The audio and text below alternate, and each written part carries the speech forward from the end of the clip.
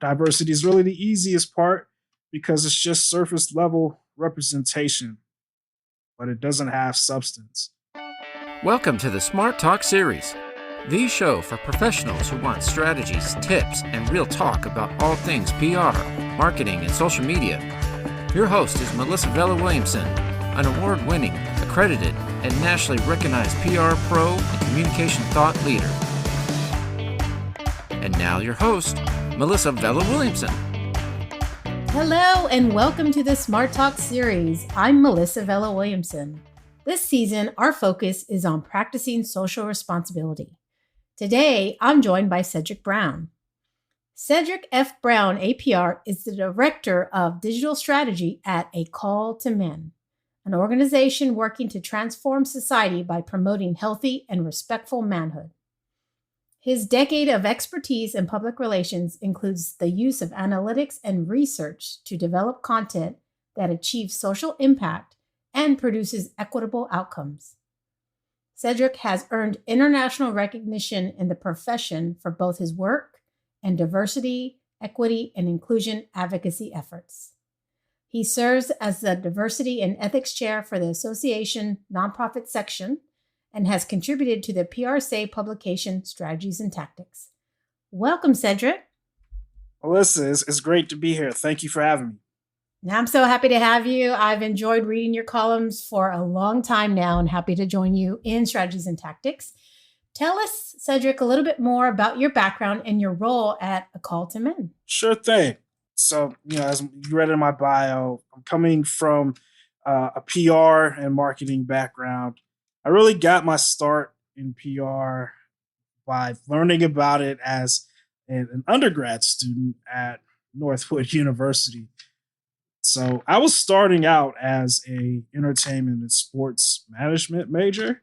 And, my freshman trimester in the spring, I was introduced to public relations, and it came off as a great career for people who know how to communicate and write. And it also had more promising salary expectations than what I was learning in entertainment and sports management. As I was starting to get a sense of it, entertainment and sports, that business is a little bit unforgiving. Sure, it's exciting, but you spend a lot of your beginning years working for little to no pay. And that wasn't attractive to me. Even though I like consuming sports personally. So because Northwood didn't have a public relations program, what I opted to do was transfer my major over to marketing, which was a little bit more broad. Then I got a position as a student assistant part-time with our university's PR department. So I did that from my sophomore through my senior years. I got practice to be able to write press releases, do news clippings, because that was what we were still doing at that particular time. And when I graduated, I knew I wanted to do PR. Marketing was okay, but PR was really what I wanted to do because it gives you the ability to publish and share stories on behalf of people doing good work. And so I also wanted to stay in Detroit for a bit too, because that was considered my hometown, and we were coming off of a pretty significant Great Recession of the late 2000s, and there was a national narrative around Detroit being this downtrodden place, and I wanted to be a part of positive change. So I started as a freelance consultant helping nonprofit and community groups. I was mostly just writing press releases. And back then I thought press releases were like the be all and end all of PR. And so I was excited when I landed placements. But as I was getting to do that, and keep in mind, this freelance work was mostly free. I was a volunteer. And I was balancing paid work and my full-time jobs in different marketing aspects that I wasn't really excited about. So after 4 years of cycling through full-time jobs and feeling limited in PR, I decided to pursue a master's degree in it. And I was accepted into the SI Newhouse School of Public Communications at Syracuse University That's where I went. I packed up whatever I could into my Mercury Sable in the summer of July 2015. And, I relocated to be on campus because I also wanted to get a big campus type of atmosphere too that I didn't have in my undergrad experience. And it was great to really be able to take those classes I learned from some of the best in the business. Essentially, I networked with professors and other alums to navigate my way to the Washington, D.C. area, which is where I've been at since September of 2016. And, in that process, I earned my accreditation of public relations, just like you. Mine was tied to my graduation requirement since I had prior years of experience. And yeah, kind of the rest is history. It's developing history, as I like to think of it. Yeah, I think that's an incredible illustration of the journey and that it's not a linear path throughout our careers. I have the opportunity, and I really make opportunities to talk to college students and younger if I can, particularly those of our backgrounds and of color, so that they understand the opportunity that lies within the communication industry, but more particular public relations. Because like you had talked about, anything you're passionate about, you can pretty much find a PR or communication job with that. If you marry a hobby or interest, right? You're into sports, you're into dance, you're into music, gymnastics, whatever. There's usually someone who needs to talk, write, make content for that industry. So I love how you give us a little bit of that origin story, Cedric. I think that's very helpful to see, things are cyclical, seasonal. You grabbed on to embracing, trying things as a freelancer and making use and building a network. So all super encouraging and helpful for us. And now today, where you sit, I admire a lot of the work that you do in pulling in impact into your work.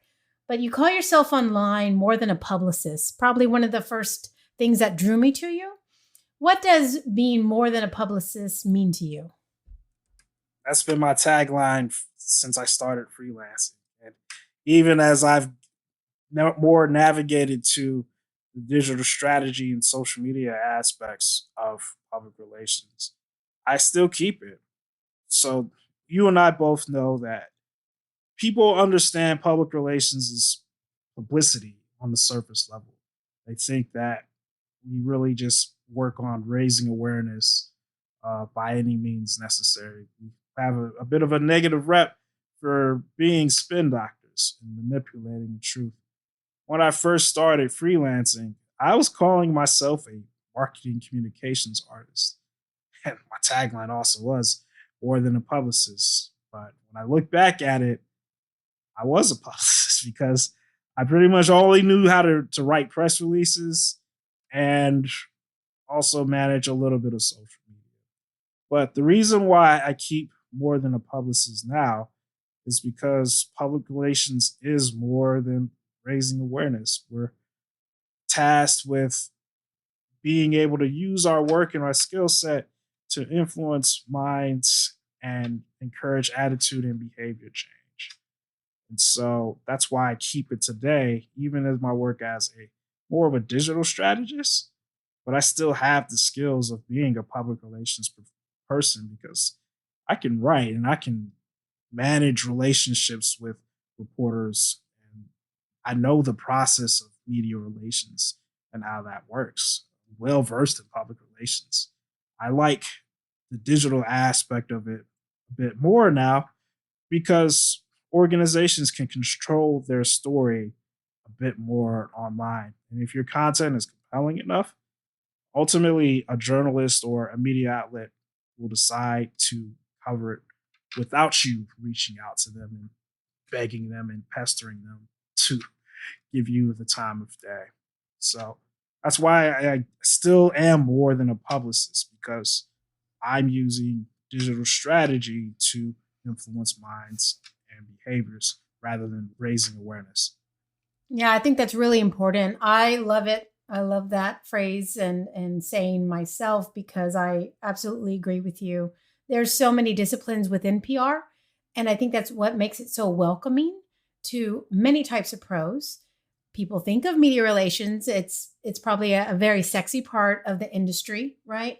But public relations is literally about having relationships with your publics and people. And that's got to be the heart of what we do. And doing the right thing or fixing things when they're not right is what I particularly like about it, which is why I'm talking about social responsibility and think it's a big deal for us to unpack together. So right on. I love that. Well, that leads us right into, this theme is practicing social responsibility. And I want to focus in on how do we actually do that? How do we practice social responsibility? So in your opinion, how can PR, marketing, or digital professionals really practice social responsibility? We are in a position to provide education on the issues that matter most to the organizations that we represent. And I'll point to an example with my recent work with the Call to Men.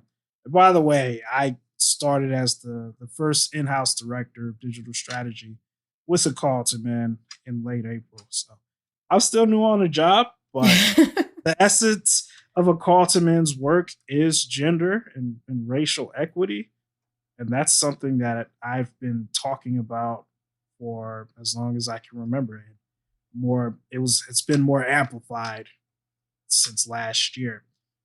But in one example with our content for Call to Men is, Pride Month, and everybody recognizes it through using rainbow flags and all that. But when it comes to holidays and observances, something that isn't really talked about, or I don't see a whole lot of, is the reason behind the why.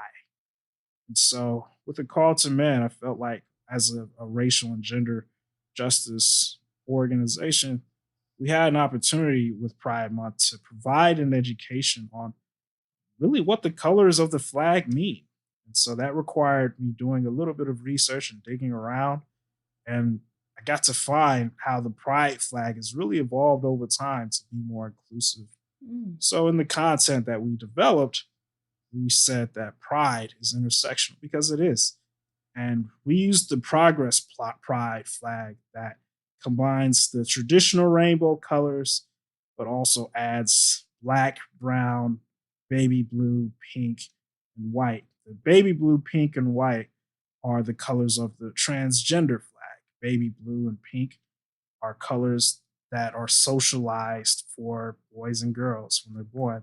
Black represents the lives lost due to HIV/AIDS, and brown represents people of color.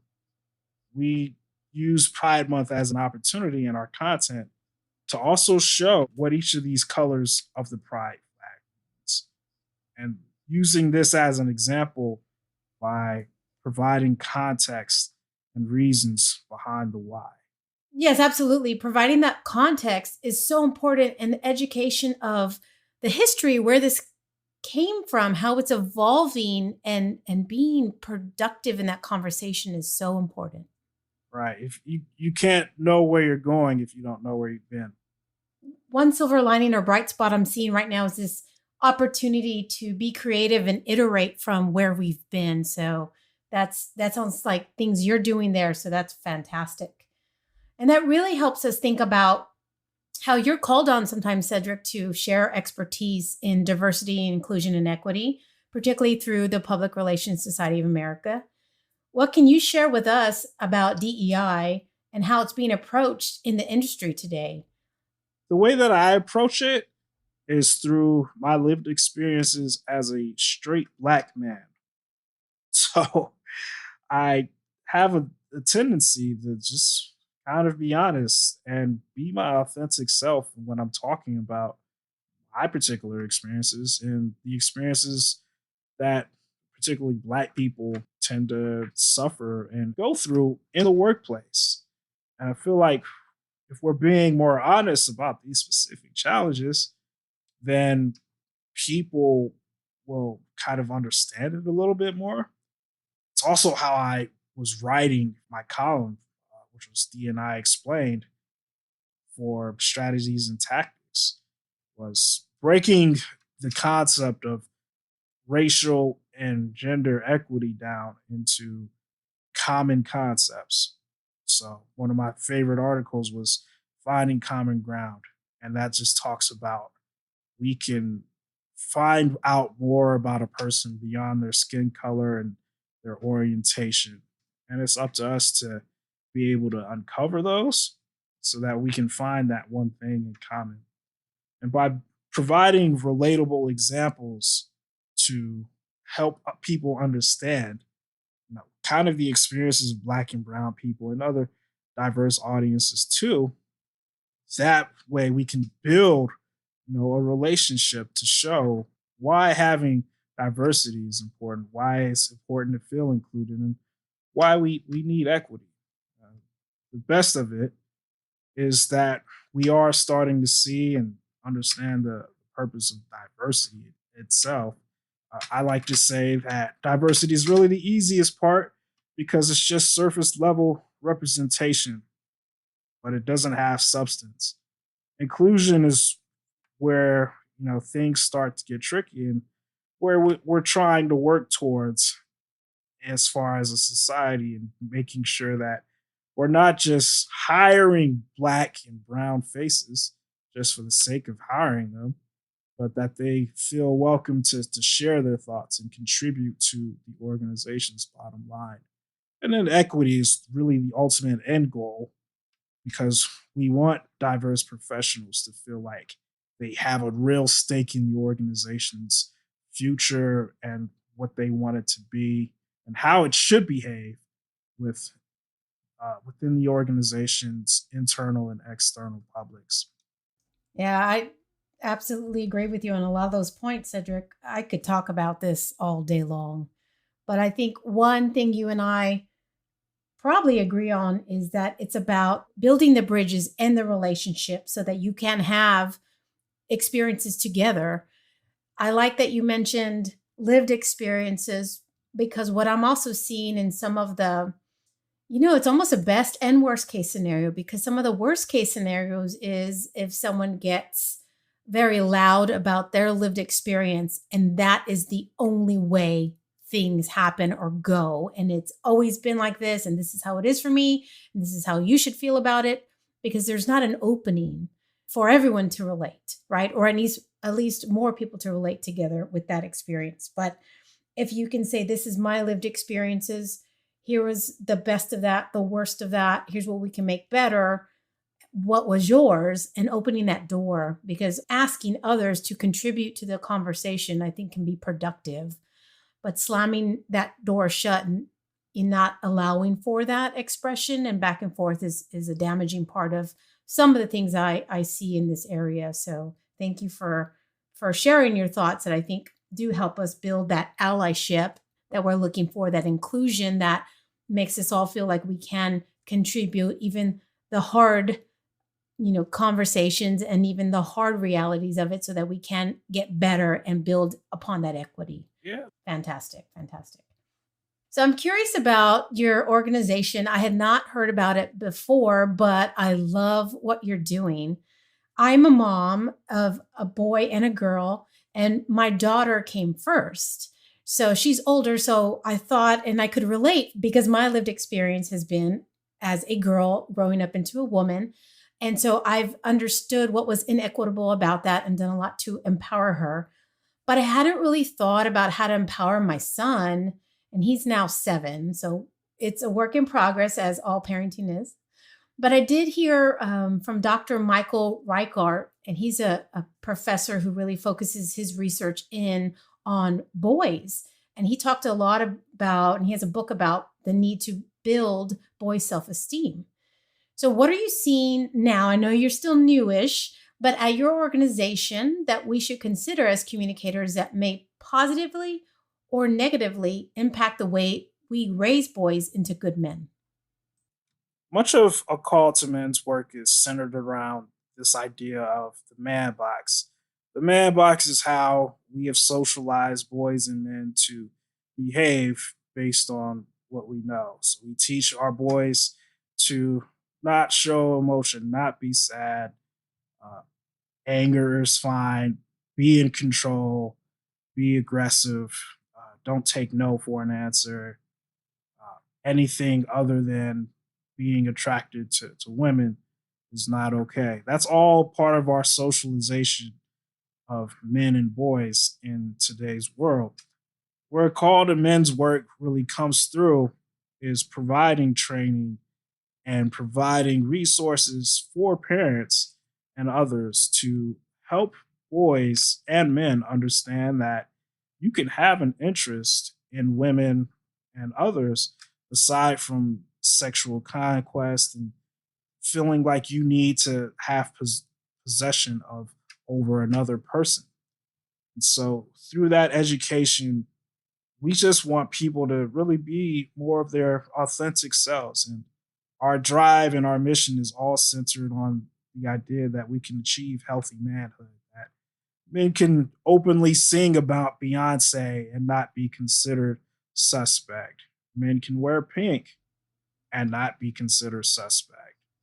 Mm. And that's part of how we build our boys' self-esteem and kind of what you can do. We even have, social media groups for boy moms to be able to join a community of other moms of sons wondering how to properly or how to raise healthy boys and men again to have respect for others and to not be confined to the man box and not be confined to the way society thinks men should behave. That's really what the work of a call to men is about. And I've really been enjoying it because I had some of those challenges of trying to be socialized into what people thought that I should be. Yeah, I love all that. If you want a woman to help advocate for that work, I'm all about it. I have been really interested in this side of the coin in this discussion because it's not really being had. And I do a lot of work on behalf of girls and women. And so some of the messages and ideas I've been sharing with those organizations is what are we providing for the boys? Because Dr. Reichert's work was really eye-opening in that their self-esteem really drops too, because at a certain age, really right after, a little bit after elementary school, they get a ton of messages, to your point, about how to live in that box and what they can and cannot do. But then also a lot of negative messaging towards them that, they're not as good as girls. And so all the empowerment that we've been doing to kind of help with the inequitable history that we have around raising girls and women, treating women fairly, has been in some ways impacting the boys' self-esteem because they're not hearing as many empowering messages. And in essence, they're not being prepared to be the right kind of partners and coworkers and supporters of women down the road. So kudos to you all for what you're doing. And I would love to help in any way I can, because I think it's going to be really important for what we're doing now, but particularly as we advance into the future. Absolutely. And our work at A Call to Men focuses more on inviting others in rather than calling people out. So you can be involved with us regardless of your gender. It's really all about making sure that women feel valued and safe. Not just women too, but others, as we like to say, those between the margins of the margins. Yeah, and I love the focus on respect across the board. So absolutely, I think we'll take a look at it. It'll be posted in the show notes and so we can figure out how to get involved. What about your work in the digital area of the industry? How does that impact how you see the world now? A Call to Men has been great for me because it's marrying my understanding of social and digital strategy with my understanding of diversity, equity, and inclusion. Because that's really what A Call to Men's mission and work is centering on. If you don't know where you've been, you can't know where you're going. And so A Call to Men and our work is looking to show people where we've been as far as socializing men to behave in a certain way that devalues others so that we can show people that there is a new way that things can be done. With digital strategy, in my particular situation, again, I see digital as the perfect way to be able to take your ownership of an organization's own story. And if you have the coalition and you have a story that's compelling enough, you can draw people into action and behavior and attitude change. I particularly have a thing, and I've been looking at how hashtags are used. Started looking at how those play a big role in comprehension of an organization's message. It takes a good, believe it or not, it takes some energy to decide to actively want to use an organization's hashtag or their slogan and be able to tweet out, so to speak, using that organization's mission and that organization's hashtag. So I think that's kind of where the future is going, and how we as APRs can demonstrate that we're influencing minds and driving attitude and behavior change. Is seeing the way that people talk about the subjects that our organizations do and having a new mindset to the way that they think about it. That makes sense. No, that makes a ton of sense. And there are almost an overwhelming amount of tools and then strategies or approaches to how to use those tools for everything on social and then everything else online. So, with everything you're talking about in driving behavior change and making a positive impact, is there a particular digital strategy or approach that we could think about that might help us be more socially responsible online? Or is there a certain tool that you see, there's a good trend of excellent uses towards this direction? It really just comes down to being truthful, being authentic, and knowing where and providing that education on, again, where we've come as a society. I'll point to, Ben and Jerry's statement about Black Lives Matter last year. Also, their statement about the formal election results of President Joe Biden and Vice President Kamala Harris winning the election. I like their statement on social, and they used their website to put this out. And they were honest that many Black and brown people in marginalized communities will not see that election result as a big victory, because we've been oppressed and we've been let down by politicians for so long. Ben and Jerry's is a great example of how to communicate in a socially responsible way, because they don't dance around the true issues at hand. They come from a place of knowing history and providing that education to others, so that, again, we build an understanding of where we need to go into the future. And that's what we need to do more of for our organizations, with using digital strategy to educate and inform. Yeah, I think that's a great example because they have a history of doing so. But there are some in the field that really struggle with this, Cedric, because they're saying, I don't know when to take a stand. I don't know when to make any type of statement like that. It's not something we've done over time. Or some people could say, hey, you just sell ice cream. Like, why are you getting involved? So, what do you advise people when they're struggling with that idea? There's all types of research out there that really demonstrates customers and consumers are really valuing organizations that do express an opinion on social issues. So you can't just do it because you have the research that demonstrates it'll positively affect your bottom line. Again, you have to really do your homework and really be truly invested in the work that you claim to really support. Nike comes under a little bit of suspicion because they published that nice commercial, and their commercials are legendary. I am a fan of their commercials, even though I personally am more of an Adidas guy. But what many people didn't see is there was a story that came out that Black employees advised Nike against airing that commercial in that video, because they felt like there was so much inequity in the workplace. And you also can kind of see Nike struggling with how it's handling its relationship with Vanessa Bryant, Kobe Bryant's widow. I don't understand how you let that relationship end.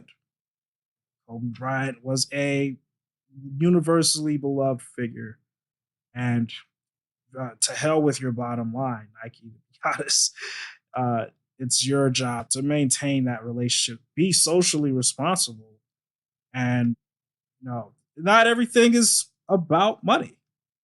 So if you're not doing the homework and you're not coming at it from a place of genuine interest, then customers and consumers will sniff that out. And that's what I would advise to organizations that want to speak out on social issues, is to come at it from a place of understanding and essentially seek to understand before asking to be understood. Yeah, I think that's really poignant and very important. Investment and investing in the long term is what's going to stand out in this arena for sure. I think it's what you mentioned is that you have to do that audit of looking within your organization. And are you really doing the actions that you want to portray in messaging first? And if you're not, hey, write the cart, fix it up, and then talk about it. That's what I advise too. So thank you. That's really helpful information for our listeners here. So this has been a really intelligent conversation. And I like to ask all my guests, what does smart talk mean to you? To me, smart talk is just making sure that either you're communicating authentically and unapologetically, or you're understanding where you're coming from before seeking to really say and talk like you're smart, so to speak. I don't feel like it's such an interesting question because you can, I think my grandma had said something to the effect of, you can fool half of the people some of the time, but not all of the people all the time. And smart talk to me is authentic. It's not always scripted. It's, coming off as understanding and being sensitive to people's interest and knowing where they came from. That's a really smart answer, Cedric. I think my grandma had a ton of good advice for me too.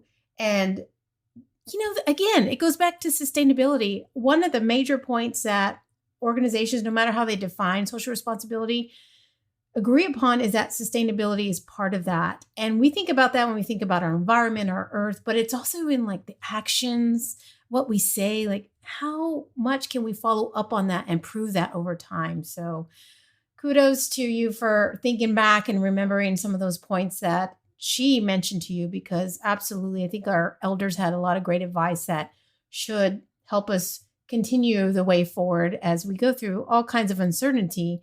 There are some fundamentals that prove to be true and helpful over time. Absolutely.